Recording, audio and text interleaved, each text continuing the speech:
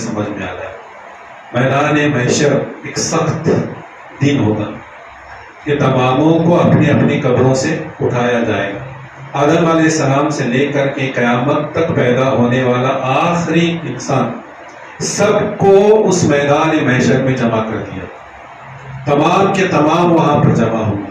ہم دیکھتے ہیں عید کے روز جب مجمع جم جاتا ہے تو کتنی بھیڑ ہو جاتی ہے، گردی ہو جاتی ہے۔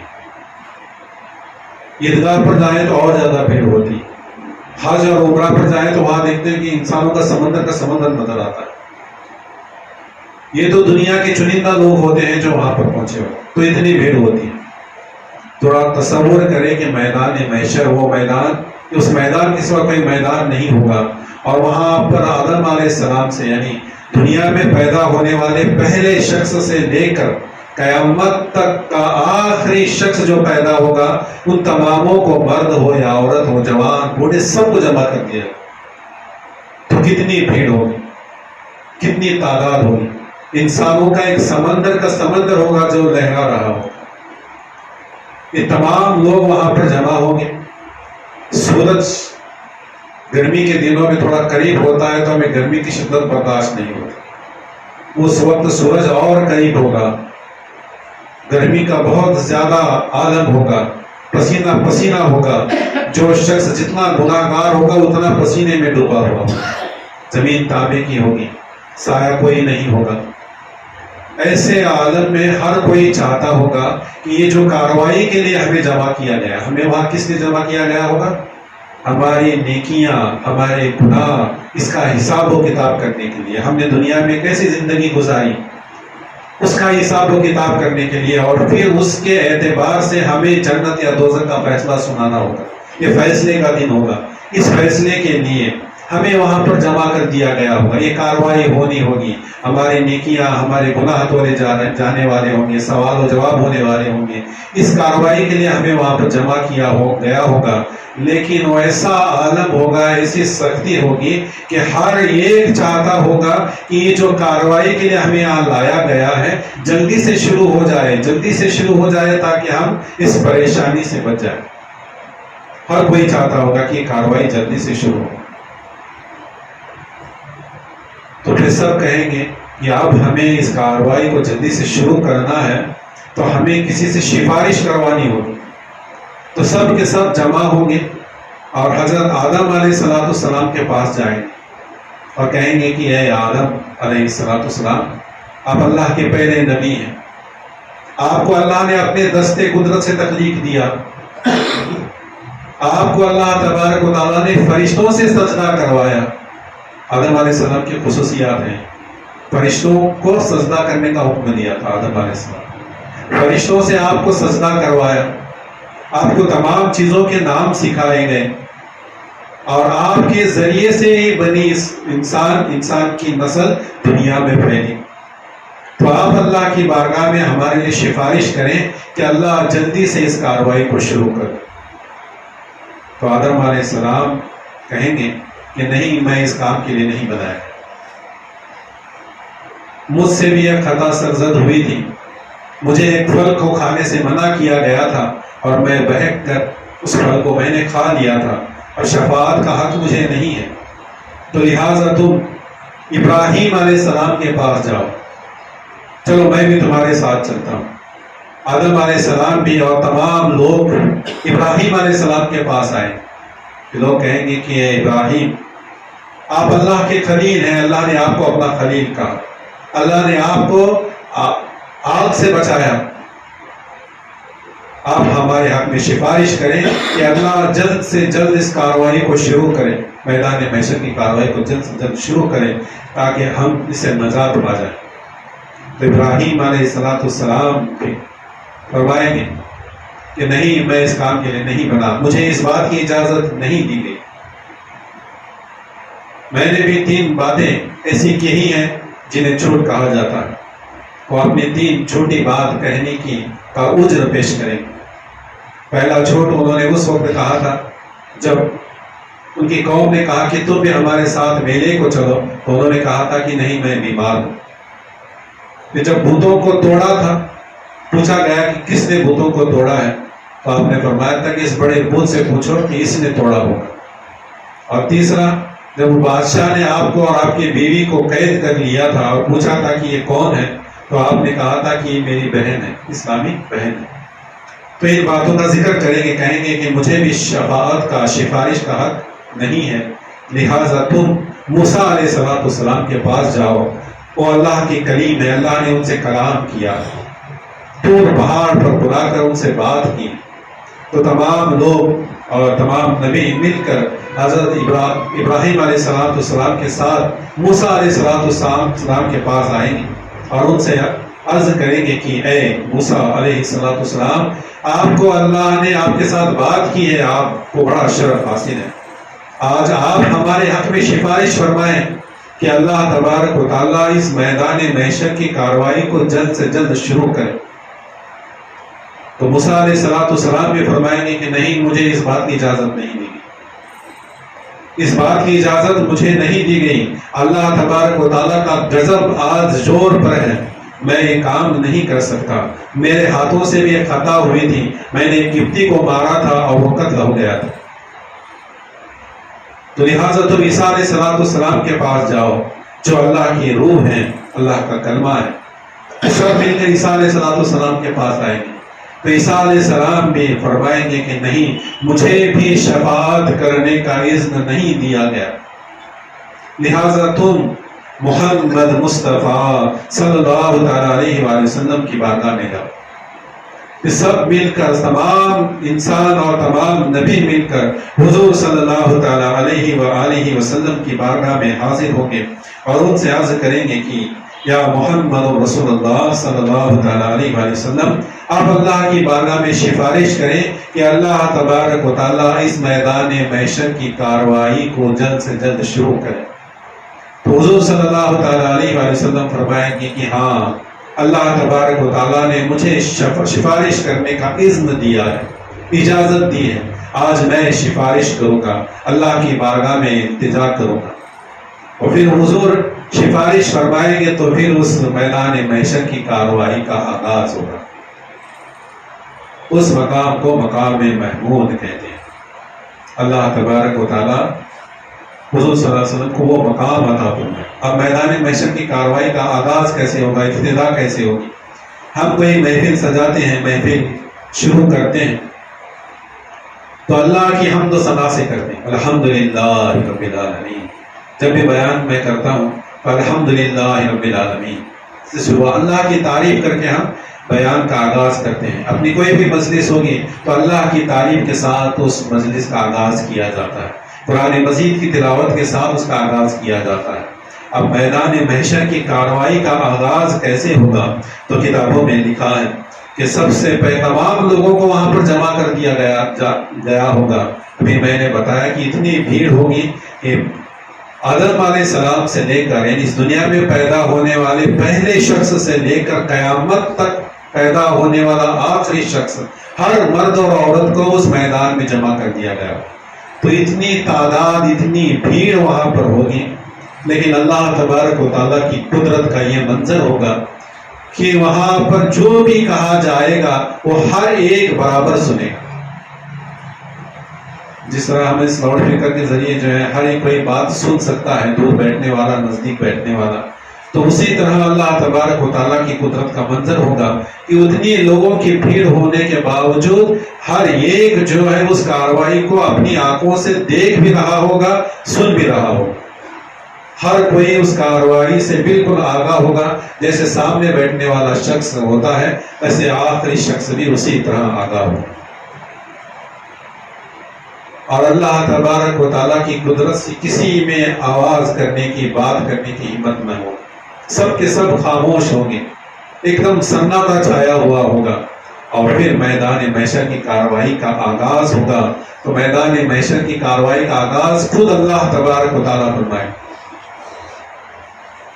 تو کیا چیز ہوگی، کیا آواز ہوگی جس کے ذریعے میدان محشر کی کارروائی کا آغاز ہوگا؟ تو کتابوں میں لکھا گیا ہے اللہ تبارک و تعالیٰ کی طرف سے یہ ندا آئے گی کہ یا محمد صلی اللہ تعالیٰ علیہ وسلم. حضور صلی اللہ تعالیٰ علیہ وسلم کا نام پکارا جائے گا اللہ کی طرف سے کہ اے محمد اب تم اس مقام پر فائز ہو جاؤ اور پھر یہاں سے اس کاروائی کا آغاز ہو. یعنی سارے سناٹے کو چیرنے والی جو اللہ کی آواز آئے گی وہ اللہ کی آواز یہ پکارے گی یا محمد، یعنی حضور صلی اللہ علیہ وسلم کا نام لے کر پکارا جائے گا اور اس میدان محشر کی کاروائی کا آغاز ہو. پھر اللہ تبارک و تعالیٰ حضور کو شفاعت کا اذن دیں گے، شفاعت کرنے کی اجازت دیں گے. شفاعت کرنے کا ادھیکار سب سے پہلے حضور کو دیا جائے گا.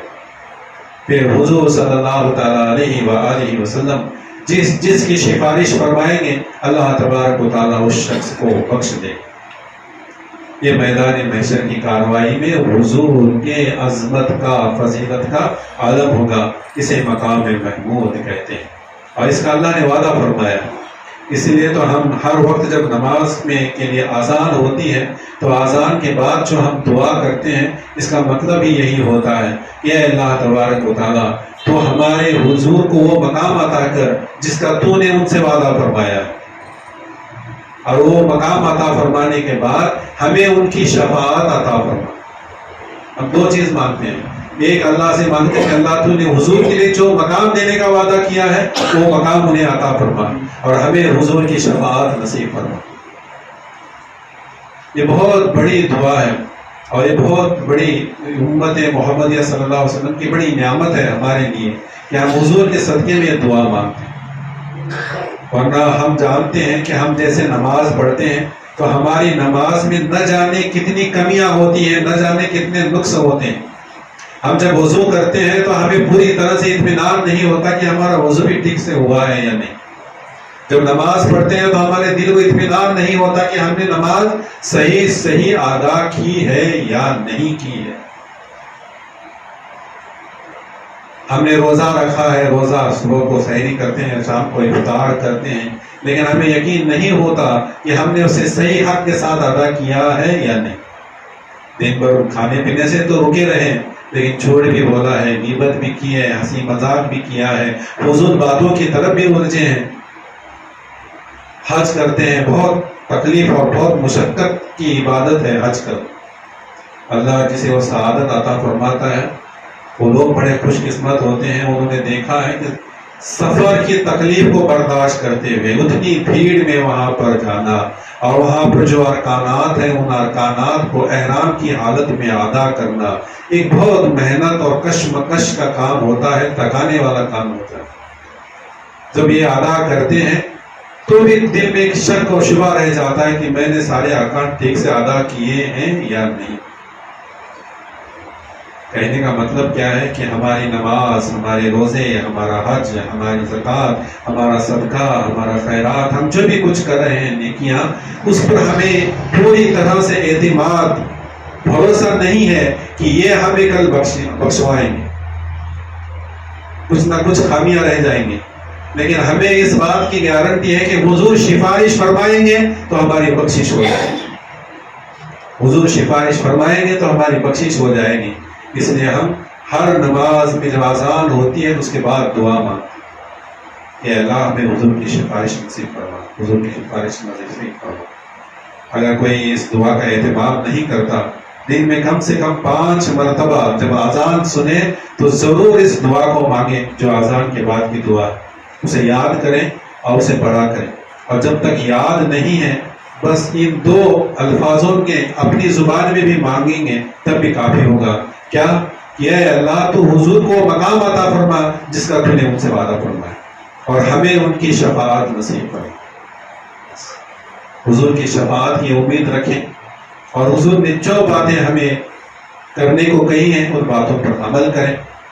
نماز پڑھیں، شریعت کے پابند رہیں، اپنے آپ کو گناہوں سے بچائیں، برائی سے بچائیں، نیک اور پرہیزگاری کے ساتھ زندگی گزاریں اور حضور کی شفاعت، حضور کی سفارش پر امید رکھیں تو ہمارا بیڑا پار ہو جائے.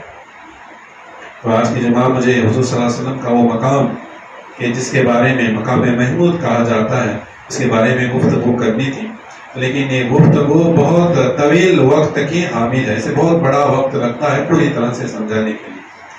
اس میں سے ابھی میں نے 2 باتیں سمجھائی تھی، ابھی 8 باتیں اور ہیں جو مقام محمود کو صاف کرتی ہیں، لیکن اتنا وقت ہمارے پاس نہیں ہے. بہرحال اتنا سمجھ لیں کہ اللہ تبارک و تعالیٰ حضور صلی اللہ تعالیٰ علیہ وآلہ وسلم کو کل میدان محشر میں ایک خاص مقام عطا فرمائے گا. اس مقام کا نام مقام محمود ہے، اور جہاں حضور کو سفارش کرنے کا اذن دے. سب کچھ اللہ کے قبضے قدرت میں، اللہ کی مرضی کے بغیر کچھ نہیں ہونے والا، لیکن اللہ سفارش کرنے کا حق حضور کو عطا فرمائیں گے، پھر حضور سفارش فرمائیں گے. ایک حدیث مبارک آیا حضرت انس بن مالک رضی اللہ تعالیٰ عنہ سے مروی ہے. یہ حدیث مبارکہ بخاری شریف کی کتاب میں ہے، مسلم شریف کی کتاب میں ہے، ترمذی شریف کی کتاب میں ہے. یہ حدیث مبارکہ اس طرح ہے کہ حضور صلی اللہ تعالیٰ علیہ وآلہ وسلم نے فرمایا کہ اللہ تبارک و تعالیٰ نے مجھے 2 باتوں کا اختیار دیا. فرمایا گیا کہ تو 2 باتوں میں سے کوئی ایک بات کو پسند کر لے، تجھے عطا کر دی جائے. پہلی بات یہ ہے کہ میں تیری آدھی امت کو بغیر حساب و کتاب کے بخش دوں. یعنی حضور ہمیشہ ہماری فکر کیا کرتے، رب ہب لی امتی، رب ہب لی امتی، اے اللہ میرے گناہ گار امتیوں کو بخش دے، میرے گناہ گار امتیوں کو بخش دے. تو اللہ نے آپ کو راضی کرنے کے لیے کہا کہ میں 2 باتیں تجھے دیتا ہوں، چاہے تو آدھی امت کو بغیر حساب و کتاب کے جنت میں لے جا. دوسری بات کیا ہے؟ تو اللہ تبارک و تعالیٰ نے فرمایا کہ دوسری بات یہ ہے کہ پھر میں تجھے سفارش کرنے کی اجازت دیتا ہوں، چاہے تو سفارش کی اجازت دے. حضور فرماتے ہیں کہ میں نے سفارش کرنے کا حق لے لیا. تو صحابہ کرام میں سے کسی نے پوچھا کہ یا رسول اللہ، آپ کو تو آدھی امت بغیر حساب و کتاب کے بخشوانے کا اللہ تبارک و تعالیٰ سے خوشخبری دی جا رہی تھی، آپ نے وہ کیوں نہیں لی؟ تو حضور صلی اللہ تعالیٰ علیہ وسلم نے فرمایا کہ اگر میں اس اذن کو لے لیتا کہ آدھی امت کو بغیر حساب و کتاب کے بخشوا لوں، تو پھر میری آدھی امت جو رہے گی اس میں سے اگر کوئی میرا امتی دوزخ میں چلا جائے اور وہاں سے وہ مجھے پکارے کہ یا رسول اللہ میرے لیے سفارش فرمائے، تو میں کیا کرتا؟ تو میں نے چاہا کہ مجھے سفارش کا اذن ملے تاکہ میں اپنے ہر گناہگار امتی کی مدد کے لیے پہنچ جاؤں. سبحان اللہ، سبحان اللہ، کتنی بڑی بات ہے. اور حضور صلی اللہ علیہ وسلم کا کتنا بڑا احسان و کرم ہے ہم پر کہ ہمیں ان کا کتنا شکر ادا کرنا چاہیے اور کتنی ان سے محبت کرنی چاہیے. حضور صلی اللہ تعالیٰ علیہ وآلہ وسلم کے بے پناہ احسانات ہم پر ہیں، تو ان کے احسانات کو یاد کرنا ہے. کتنی تکلیف اور کتنی مشقت سے دین اسلام کو ہم تک پہنچایا ہے. میں ایک چھوٹا سا واقعہ آپ کو بتا دوں کہ حضور صلی اللہ علیہ وسلم دین کی تبلیغ کے لیے نکل پڑے، لوگوں کو اللہ کی عبادت کی طرف بلانے کے لیے نکل پڑے کہ آؤ ایک اللہ کی عبادت کرو، بت پرستی چھوڑ دو، شرک کرنا چھوڑ دو، گناہوں کو چھوڑ دو، برائی کرنا چھوڑ دو، نیک ہو جاؤ، بیٹیوں کو مارنا چھوڑ دو، بیٹیوں کو سنبھالو، ان کی پرورش کرو. اچھی باتوں کا لوگوں تک پہنچانے کے لیے نکل پڑے. وہ مقام تھا طائف کا مقام. جب آپ اس طائف میں پہنچے اور وہاں جا کر لوگوں کو کہا کہ اے لوگوں، بت پرستی کو چھوڑو، اللہ کی عبادت کرنے والے بن جاؤ، جہالت کو چھوڑو، علم کی طرف آؤ، برائی کو چھوڑو، نیکی کی طرف آؤ. تو لوگوں کو آپ کی باتیں پسند نہیں آئی، تو آپ کو انہوں نے پتھر مار کر بھگانا شروع کر دیا. اور پتھر مارنے کا عالم میں آپ کو بتاؤں کس طرح مارے جا رہے تھے پتھر. حضور صلی اللہ تعالیٰ علیہ وآلہ وسلم کے نام پر اپنی جانیں قربان کرتے ہیں. حضور صلی اللہ تعالیٰ علیہ وآلہ وسلم کے پیچھے آباش لڑکوں کو، گنڈوں کو لگا دیا کہ جاؤ انہیں پتھر مار مار کر شہر سے باہر کر دو. حضور صلی اللہ تعالیٰ علیہ وآلہ وسلم کے گھٹنوں سے ٹخنوں تک پنڈلیوں پر پتھر مارے جاتے تھے. یہ جو یہاں پنڈلی ہوتی ہے، یہاں ہڈی ہوتی ہے، یہاں کچھ لگ جائے تو بڑی تکلیف ہوتی ہے. آپ کے ان پنڈلیوں پر، گھٹنوں سے ٹخنوں کے بیچ میں جو پاؤں ہے اس پر پتھر مارے جاتے تھے. ایک پاؤں پر مارا جاتا تھا، درد ہوتا تھا تو آپ ایک پاؤں اٹھا کر ایک پاؤں پر کھڑے ہو جاتے تھے، دوسرے پاؤں پر پتھر مارا جاتا. حضور درد سے نیچے بیٹھ جاتے تو آباش لڑکے آپ کو کندھوں میں ہاتھ ڈال کر کھڑا کر دیتے اور پھر آپ کو پتھر سے مارتے. اللہ اکبر، اللہ اکبر کبیرہ. کس تکلیف کے ساتھ، کس درد کے ساتھ حضور نے ہمارے لیے دین پہنچایا. یہ تکلیف دیکھ کر فرشتے حاضر ہو گئے حضور کے پاس، کہنے لگے کہ اے اللہ کے رسول، آپ اللہ کے حبیب ہیں، آپ کا درد ہم سے دیکھا نہیں جاتا، ہمارا غضب جلال میں آ گیا ہے، آپ ہمیں حکم دیں، ہم ان پہاڑوں پر مسلط ہیں، اگر آپ حکم دیں تو ہم ان دونوں پہاڑوں کو چکی کے پاٹوں کی طرح ان لوگوں کو اس میں بیچ میں پیس کر رکھ دیں، آپ بس حکم دیں، ہم ان لوگوں کو جنہوں نے آپ پر پتھر مارے ہیں ان دو پہاڑوں کے بیچ میں پیس کر رکھ دیں، بس حکم دیں۔ اللہ اکبر کبیرہ۔ حضور صلی اللہ تعالیٰ علیہ وسلم نے فرمایا کہ نہیں، مجھے یہ نہیں چاہیے، یہ لوگ نہیں جانتے کہ میں کون ہوں، اگر یہ جان جاتے تو میرے ساتھ ایسا نہیں کرتے، چھوڑ دو انہیں، انہوں نے مجھے تکلیف دی ہے، میرے بات کو نہیں مانا، ایک اللہ کی دعوت کو نہیں مانا، انہیں چھوڑ دو، مجھے ان سے امید نہیں بلکہ ان کی نسل سے امید ہے کہ ان کے نسل سے جو پیدا ہوں گے وہ میرا کلمہ پڑھیں گے، وہ ایک اللہ کی عبادت کرنے والے بنے۔ اور ہم نے دیکھا کہ آج طائف میں وہ سب کے سب مسلمان ہیں، سب کے سب مسلمان۔ تو اس تکلیف کے ساتھ حضور نے دین ہم تک پہنچایا، حضور کو شفاعت کا حق ہے، حضور کو مقام محمود پر فائز کیا جائے گا، حضور اپنے امتیوں کی سفارش کریں گے اللہ کی بارگاہ میں، اللہ سے التجا کر کے ایک ایک گناہگار امتی کو بخشوائیں گے، لیکن حضور نے یہ بات بھی فرمائی ہے اپنے صحابہ کرام سے کہ مجھے شفاعت کا حق ہے، میں تمہاری شفاعت کروں گا، لیکن تم بھی نماز پڑھو، روزے رکھو، شریعت کی پابندی کرو، نیکیاں کرو، اپنے آپ کو گناہوں سے بچا کر میری مدد کرو، تم میری مدد کرو، تم اپنے آپ کو گناہوں سے بچاؤ، تم نماز